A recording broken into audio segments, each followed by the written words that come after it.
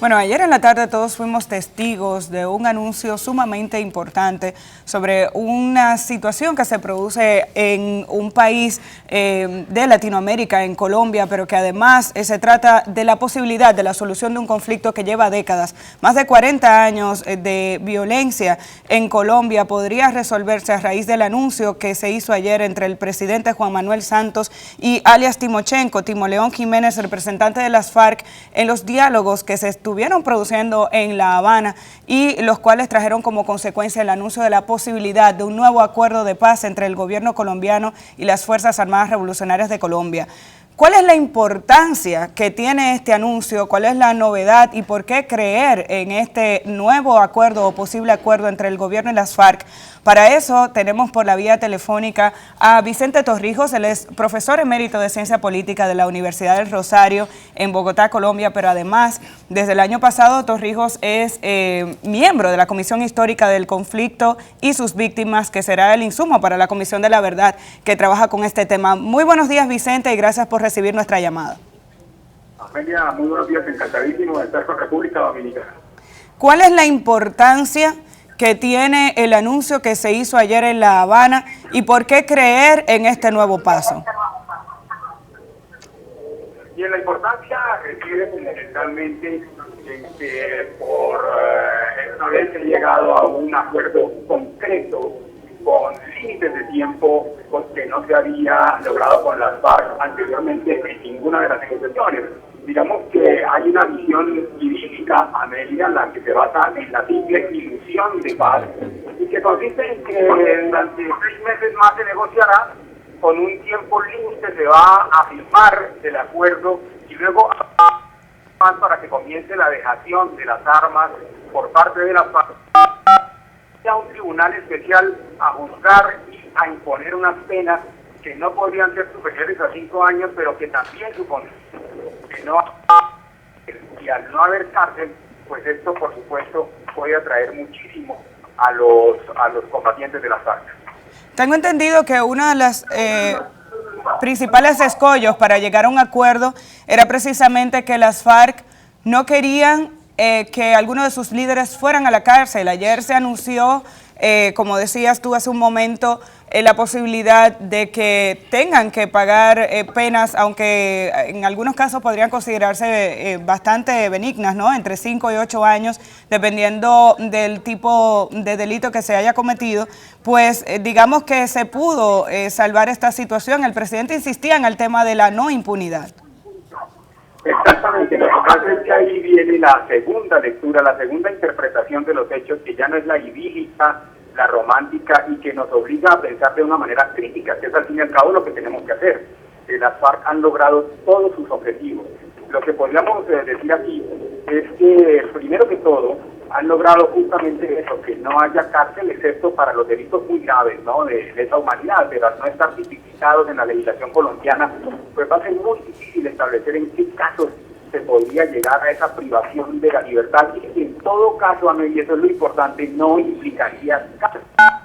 Y hablando, en el peor de los casos para la FARC, de una alternatividad penal que, por ejemplo, les llevaría a purgar estas penas a algunos de los cabecillas en granjas agrícolas, digamos que yo le llamo mejor granjas vacacionales, porque en la práctica indica que este tipo de acuerdos lleva a que la reclusión se da en unas condiciones casi vacacionales para los que se vean implicados en semejante situación. Por otra parte, han logrado indultos, ¿no? El presidente se ha comprometido a concederles indultos, y también está el tema de la reparación. Hasta el momento solo están comprometidos a contar lo que ya se sabe que han cometido, ¿no es cierto? O sea, todos los crímenes que ya se conocen de las FARC, pero digamos que no están obligados a ninguna reparación material, física, económica. Es decir, las FARC son las más poderosas a nivel económico en todo el planeta, y lo que aquí no figura en el acuerdo es ningún compromiso que les afecte los bienes y las fortunas que han acumulado mediante el narcotráfico, por ejemplo, a lo largo de tantos años. Vicente, Javier Cabreja, Otra pregunta, ¿cuál es la receptividad o el apoyo que este acuerdo que se ha dado entre el gobierno de Colombia y la FARC tendrá en Colombia? Y si se va a realizar un proceso de consulta, de referéndum, para que el mismo sea legitimado tal y como anunció el presidente Santos. De acuerdo, ahí hay dos grandes escollos que son los verdaderamente de fondo. Yo lo que veo es que primero la población, por supuesto, tiene mucha ilusión. Este acuerdo lo que ha despertado es una gran esperanza después de mucho escepticismo. Pero ya digo que a medida que se vayan analizando los problemas y que se vaya decantando todo, pues van surgiendo una serie de cuestiones como las que estamos formulando aquí en este diálogo. Por ejemplo, el compromiso de dejar las armas en 8 meses. Fíjense que la FARC no está hablando de entregar las armas, sino simplemente de dejar. Significa que van a poder seguir manteniéndolas en su poder, y esa es una situación muy delicada, porque se supone que puede haber proselitismo armado de la población de toda a la presencia de ese armamento, que es en todo caso un factor coercitivo muy importante. Y el otro, el que usted mismo está mencionando, es decir, Gabriel, en qué momento se va a refrendar y de qué modo se van a refrendar los acuerdos a los que se está llegando, porque es que hay varias formas de hacerlo. Si se apela simplemente a una consulta, a una especie de encuesta de opinión, pues lógicamente la votación va a ser favorable, pero si se entra a analizar cada, pues muy seguramente el panorama no va a ser tan favorable. Vicente, tú eres especialista en materia de seguridad, además de ser maestro del área de ciencias políticas. Garantías que se tendrían con ese proceso de entrega de armas y de que no quedarán reductos de las FARC en algunos sectores de Colombia que pudieran incrementar la violencia nuevamente. Exactamente, y es que el problema de fondo es que, y esa pregunta es tal vez la más interesante, porque se trata de analizar hasta qué punto las FARC pueden estar haciendo trampa. En todo proceso de esta naturaleza existe el factor poder, y conservar las armas es algo vital de identidad político-militar. Insisto, las FARC y el gobierno están hablando de dejar las armas, no de entregarlas. En ese sentido, pues existe la posibilidad de que las FARC conserven esa identidad político-militar y que hacen en ello la actividad política que quieren desarrollar, partidista. Al fin y al cabo quieren convertirse en un partido político, pero ya hemos visto a lo largo de la historia de la humanidad lo que significan los partidos armados. Y esos partidos armados son altamente riesgosos para la democracia, pero al fin y al cabo es la forma en que las FARC han podido influir en la vida de Colombia a lo largo de 50 años. ¿Cuáles son los próximos pasos a partir de este anuncio que se hizo ayer en Cuba? Bien, lo que supone esto es un calendario, por eso en la primera respuesta yo decía que es importante, ¿no? A mí me preguntaba acerca de la trascendencia de todo esto. Pues claro, hay una trascendencia que se basa en unos límites de tiempo, por lo menos hay un cronograma, eso hay que reconocerlo, hay un cronograma muy bien definido, y eso implica que durante 6 meses más se prolongarán las conversaciones, se llegará a un acuerdo definitivo, significa eso claramente el 23 de marzo del año entrante, y luego 2 meses más para empezar la dejación de las armas a la que ya nos estábamos refiriendo también, tras lo cual tendría entonces a operar todo este sistema de justicia transicional, y unos tribunales especiales juzgarían a las FARC de tal forma que se impondrían las condenas, pero en todo caso, digamos, en las condiciones de alternatividad penal que ya describíamos, muy favorables para las FARC, porque en todo caso no irían a la cárcel, y eso es algo fundamental para la organización, pero funesto para las víctimas, porque las víctimas van a entender que básicamente todo esto no es más que una complacencia con las FARC, que va a haber recompensas para el terrorismo, y por supuesto esto puede enrarecer el clima de convivencia en Colombia hacia los próximos años, porque podría haber revictimización y también venganza, con lo cual el panorama de las víctimas es que no es tan idílico como en principio puede leerse mediante todas estas declaraciones, discursos y tanto espectáculo televisivo. Finalmente, Vicente, porque sabemos que tienes un compromiso en un par de minutos, precisamente quisiéramos saber cuál es el rol que tiene esa comisión en la que estás participando desde el año pasado, la Comisión Histórica del Conflicto y sus víctimas, sobre todo por la información que tenemos que lo que se produzca allí, entonces se utilizará la Comisión de la Verdad, perdón. Entonces quisiéramos saber precisamente cuál es el rol de esa comisión. Es una comisión de tipo académico que ha venido trabajando una serie de documentos que van a perfilar, digamos, en lo que ha sido, lo que es y lo que puede ser el conflicto en Colombia. Digamos que se han trazado una serie de escenarios de evolución de ese conflicto hacia los próximos años, y lo más importante es que tal vez todo esto pueda tener un reflejo claro cuando se establezca la Comisión de la Verdad.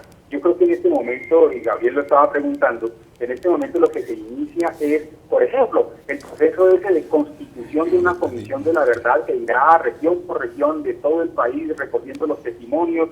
Los cabecillas de las FARC van a poder, digamos, rendir sus testimonios para luego obtener los beneficios penales a los que se refiere el acuerdo de ayer. Entonces se trata de integrar toda una visión académica a los procesos concretos de la victimización que se ha visto en el país, y todo esto, pues por supuesto que influirá de una manera muy especial, digamos, en la consideración sobre lo que es la víctima en Colombia, honrar a las víctimas, y lo que significa en últimas que no haya una burla a lo que es esencial en todo proceso de negociación hoy en el mundo, porque lo importante no son los privilegios para los victimarios, sino los derechos y la dignidad de las víctimas.